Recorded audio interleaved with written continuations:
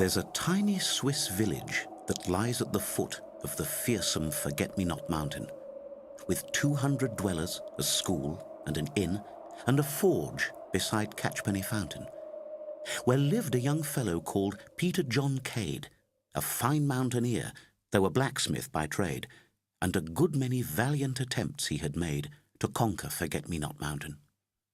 He'd set off several times at the first light of day with his clampons, his guy rope and pack, and his wife and his children were often afraid that one day he might never come back.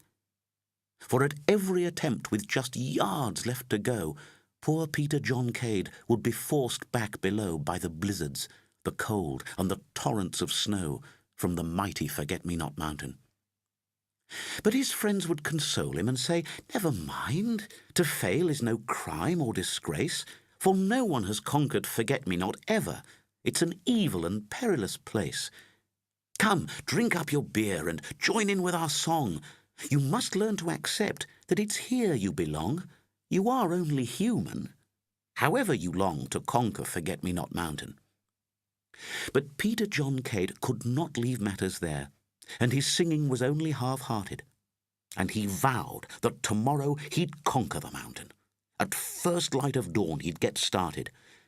Though his young wife and children were always impressed when they said, "Never mind, Dad, and you did your best," Peter's dreams and ambition allowed him no rest till he'd conquered Forget-Me-Not Mountain. With a tearful farewell at the first light of dawn, young Peter began his ascent, with his guy rope and clampons, his pack, and clean socks which his mother had thoughtfully sent. Braving bleak days and many a spine-chilling night, young Peter climbed higher with all of his might, till the beckoning summit was almost in sight at the top of Forget-Me-Not Mountain. Though he'd managed it further than ever before, more than all other climbers had gone, still the blizzards blew hard and the ice froze him blue, yet the faith in his heart drove him on.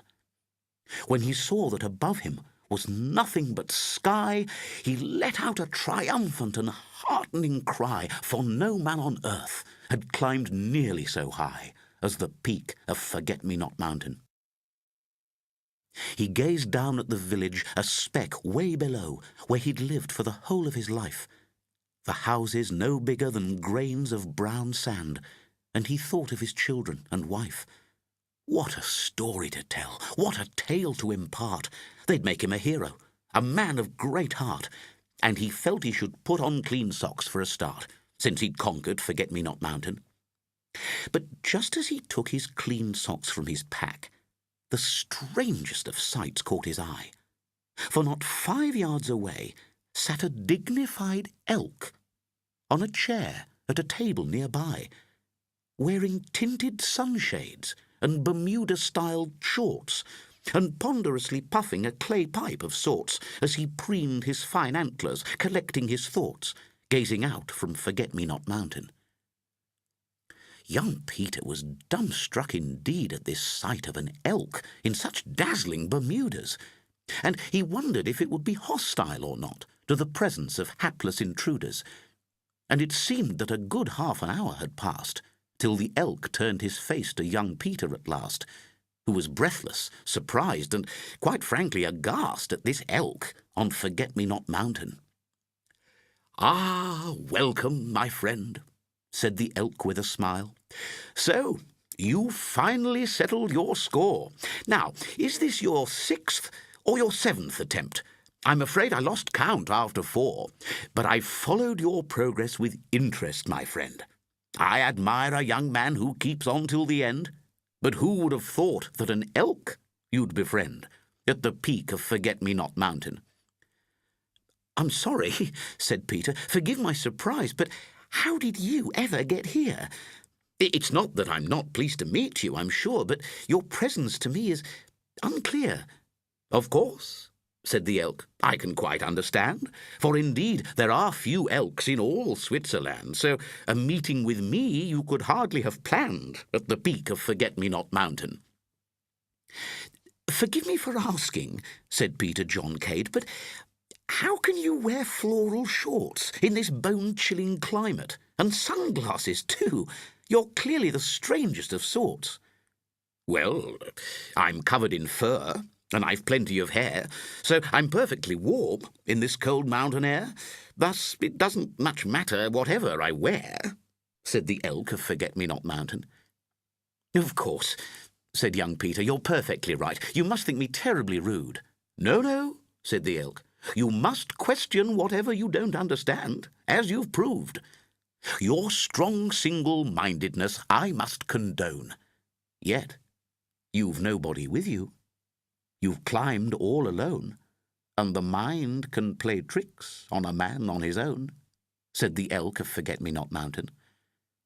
"I'm afraid I don't follow," said Peter John Cade. "Very well," said the elk. "I'll explain. Since now you have proved what you've set out to prove, you will have no need to prove it again. But suppose that you think, as you very well might, that now you could conquer whatever's in sight. Now, true or not, you'd be convinced you were right," said the elk of Forget-me-not Mountain. "You may think that if you can climb mountains so high, you could swim the wide oceans as well, or jump from a treetop and land on your feet, or challenge the demons from hell." "Oh, don't be absurd," replied Peter John Cade. "I've not climbed for glory or great accolade. I've just proved to myself I need not be afraid of heights like Forget-me-not Mountain." "Indeed," said the elk, "you have just proved my point, and your thoughts are already unstuck. It is folly to think that you're never afraid, for though skilful, you're not without luck. You're a gifted young climber, that's certainly true, but the mountain shall always be greater than you. And to say that you're fearless is not strictly true," said the elk of Forget-me-not Mountain. "For fear is a thing which is born in all men. Indeed, it's what drives a man on.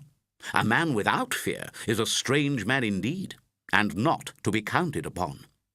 Do you see that if you were alone at this height, your thoughts could be wayward and lacking in sight? And I'm here to help you keep matters aright," said the elk of Forget-me-not Mountain. "My words may seem strange," said the elk with a smile. "I can quite understand what you think. So let us enjoy this fine view from on high. Perhaps you might care for a drink."